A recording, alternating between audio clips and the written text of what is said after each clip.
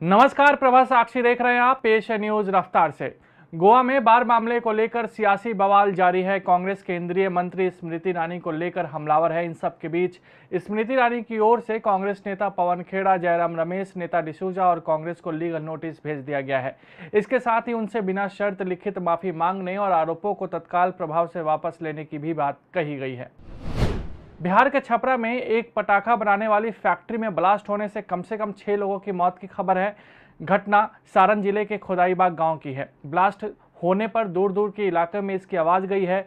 कई लोगों के मलबे में दबे होने की अभी भी सूचना है। राहत और बचाव कार्य जारी है।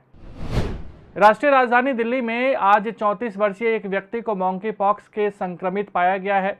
चिंता की बात तो यह है कि उसने विदेश की कोई यात्रा भी नहीं की थी।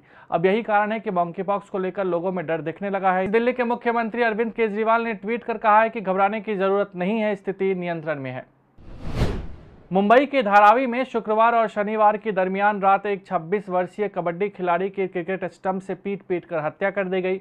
पूछताछ में 2 आरोपियों ने अपना जुर्म पहले ही कबूल कर लिया था, जिसके बाद से उनको गिरफ्तार कर लिया गया था। आज तीसरे आरोपी को भी गिरफ्तार किया जा चुका है।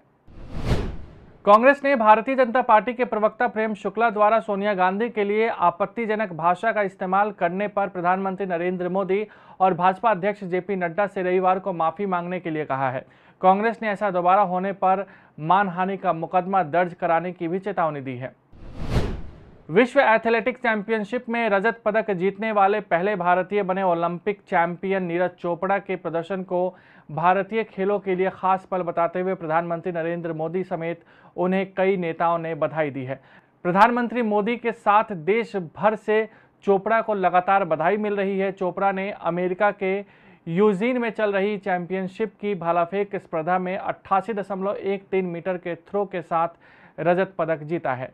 इससे पहले भारत के लिए विश्व चैंपियनशिप में एकमात्र पदक 2003 में पेरिस में अंजू बॉबी जॉर्ज ने लंबी कूद में कांस्य जीता था। रक्षा मंत्री राजनाथ सिंह ने सशस्त्र बलों के बीच समन्वय बढ़ाने के लिए सेना के तीनों अंगों की संयुक्त थिएटर कमान स्थापित करने की रविवार की घोषणा की है।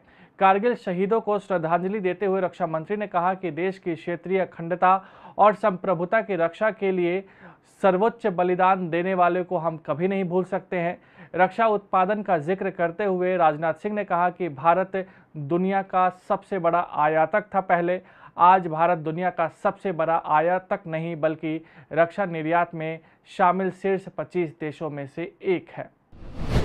दिल्ली के पर्यावरण मंत्री गोपाल राय ने आरोप लगाया है कि केंद्र सरकार ने असोला वन्यजीव अभ्यारण्य में मुख्यमंत्री अरविंद केजरीवाल के नेतृत्व वाली सरकार के समारोह पर कब्जा करने की कोशिश की है और दिल्ली पुलिस ने शनिवार रात परिसर में प्रधानमंत्री नरेंद्र मोदी की तस्वीर वाले बैनर लगाए।